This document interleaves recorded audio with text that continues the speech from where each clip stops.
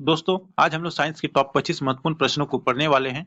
आज practice set का चौथा सेशन होने वाला है, तो ध्यान से पढ़िए क्योंकि ये बहुत सारे प्रश्न जो है प्रीवियस में पूछे जा चुके हैं और पूछने की बहुत अधिक संभावना भी है। तो चलिए शुरू करते हैं। आज का हमारा पहला प्रश्न है, निम्नलिखित में से किसका घनत्व अधिकतम है?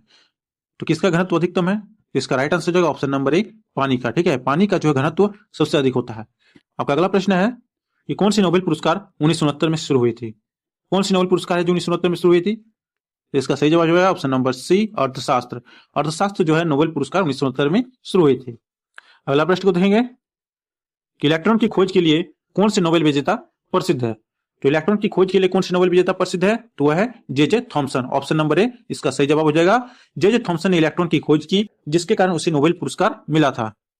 अगला प्रश्न को देखेंगे कि शक्ति का ऐसा मात्रक क्या है? अगर बात की जाए शक्ति के ऐसे मात्रक का, तो शक्ति का ऐसा मात्रक वाट हो जाएगा। ऑप्शन नंबर बी इसका सही जवाब है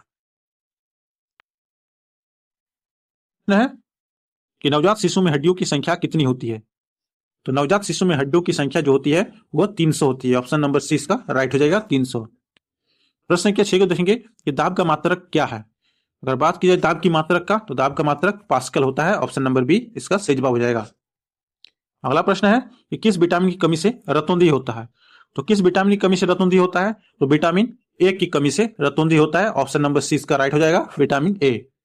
अगला प्रश्न को देखेंगे कि पृथ्वी के वायुमंडल में सर्वाधिक प्रचुर मात्रा में कौन सी गैस है? तो पृथ्वी के वायुमंडल में जो है सर्वाधिक प्रचुर मात्रा में नाइट्रोजन गैस है। ऑप्शन नंबर सी इसका राइट हो जाएगा नाइट्रोजन। अगला प्रश्न को देखेंगे कि कौन सा प्राणी अपनी आंत में जल का संग्रह कर लेता है?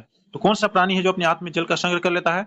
तो वह है ऊंट। ऑप्शन नंबर बी इसका राइट हो जाएगा, जो अपनी आंत में जल का संग्रह कर लेता है। चलिए अगला प्रश्न को देखेंगे कि पादप कोशिकाओं की कोशिका भित्ति मुख्य रूप से किस पदार्थ से बनी होती है? तो पादप कोशिकाओं की कोशिका भित्ति जो है मुख्य रूप से सेल्यूलोज की बनी होती है। ऑप्शन नंबर सी इसका राइट हो जाएगा। ये प्रश्न बहुत ज्यादा महत्वपूर्ण है।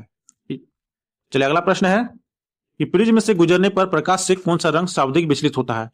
तो प्रिज्म से गुजरने पर जो है प्रकाश का बैंगनी रंग सबसे ज्यादा विचलित होता है। ऑप्शन नंबर डी इसका राइट हो जाएगा।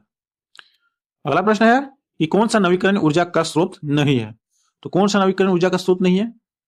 इसका सही जवाब होगा ऑप्शन नंबर सी कोयला ऊर्जा। कोयला ऊर्जा जो है नवीकरण ऊर्जा का स्रोत नहीं है। अगला प्रश्न है कि अल्फ्रेड नोबेल ने किसका आविष्कार किया था?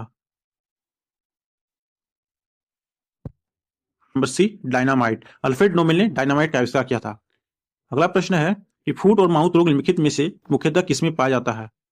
फुट और माउथ रोग जो है वह सबसे ज्यादा मवेशी एवं सुअर में पाया जाता है। ऑप्शन नंबर बी इसका राइट हो जाएगा। अगला प्रश्न है निम्नलिखित में से कौन सा एक जैव निम्नीकरण नहीं है? तो निम्नलिखित में से कौन एक जैव निम्नीकरण नहीं है? ऑप्शन नंबर बी इसका राइट हो जाएगा चांदी की पन्नी। चलिए अगला प्रश्न है कि सूर्यमुखी, नारियल और मूंगफली में क्या समानता है? तो सूर्यमुखी, नारियल और मूंगफली में एक ही समानता है कि हमें खाद्य तेल प्रदान करते हैं। ऑप्शन नंबर डी इसका सही जवाब हो जाएगा। अगला प्रश्न को देखेंगे कि एक बोतल को, एक बंद बोतल जिसमें सामान्य ताप पर जल है, ठीक है, एक बंद बोतल जिसमें सामान्य ताप पर क्या है, जल है, चंद्रमा पर जब ले जाया गया तो उसका ढक्कन को हटाया गया तो जल क्या हुआ? ये उबलने लगेगा। ठीक है, ऑप्शन नंबर बी इसका राइट हो जाएगा। ये क्या होगा? उबलने लगेगा। अगला प्रश्न को देखेंगे कि पोलियो की रोकथाम के लिए सबसे पहले प्रभावी वैक्सीन किसने बनाई थी?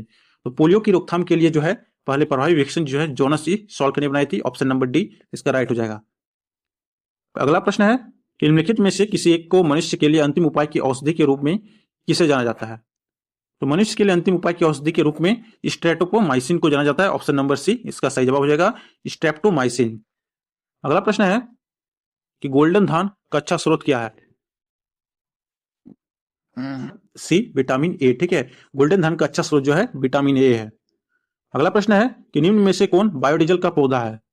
तो बायोडीजल का पौधा कौन है? तो ये रतनजोत है। ऑप्शन नंबर बी इसका सही जवाब हो जाएगा रतनजोत। अब अगला प्रश्न है कि सर्विस स्टेशन पर मोटर कारों की प्रदूषण जांच निम्नलिखित में से किसी की पहचान तथा उसकी मात्रा को मापा जाता है? तो सर्विस स्टेशन पर जो है मोटर कारों की प्रदूषण जांच में इसको मापा जाता है तो नाइट्रोजन तथा सल्फर की ऑक्साइड को मापा जाता है। ऑप्शन नंबर बी इसका सही जवाब हो जाएगा। अगला प्रश्न है कि लिखित में से कौन सा तत्व मनुष्य में प्राकृतिक रूप में नहीं होता है? तो कौन सा तत्व जो मनुष्य में प्राकृतिक रूप से नहीं होता है? वो नहीं होता है तो सीसा। ऑप्शन नंबर डी इसका राइट हो जाएगा। सीसा जो है मनुष्य में प्राकृतिक रूप से नहीं होता है। अगला प्रश्न है कि किस व्यक्ति ने नोबेल शांति और नोबेल रसायन विज्ञान दोनों पुरस्कार जीते हैं? तो किस नोबेल शांति और नोबेल रसायन विज्ञान दोनों पुरस्कार जीते हैं? तो इसका राइट आंसर हो जाएगा option number A, Linus Pauling. Linus Pauling ने जो है नोबेल शांति और नोबेल रसायन विज्ञान दोनों पुरस्कार जीते हैं। अगला प्रश्न को देखेंगे, उड़ने वाले पक्षियों में सबसे ऊंचे कद वाला कौन है? तो उड़ने वाले पक्षियों में सबसे ऊंचे कद वाला कौन है? अब ऑप्शन ए सारस, बी शुतुरमुर्ग, सी बगुला, डी मोर। तो इसका जवाब जो है आप कमेंट में दीजिएगा। तो दोस्तों ये थे आज के हमारे टॉप 25 साइंस के महत्वपूर्ण प्रश्न। कितने प्रश्नों का आपने सही जवाब दिया है ये भी कमेंट बताइएगा। दोस्तों अगर आप इस वीडियो में नए हैं तो वीडियो को लाइक कर लीजिएगा और साथ ही में चैनल को सब्सक्राइब कर लीजिएगा। मिलते हैं अगले वीडियो में।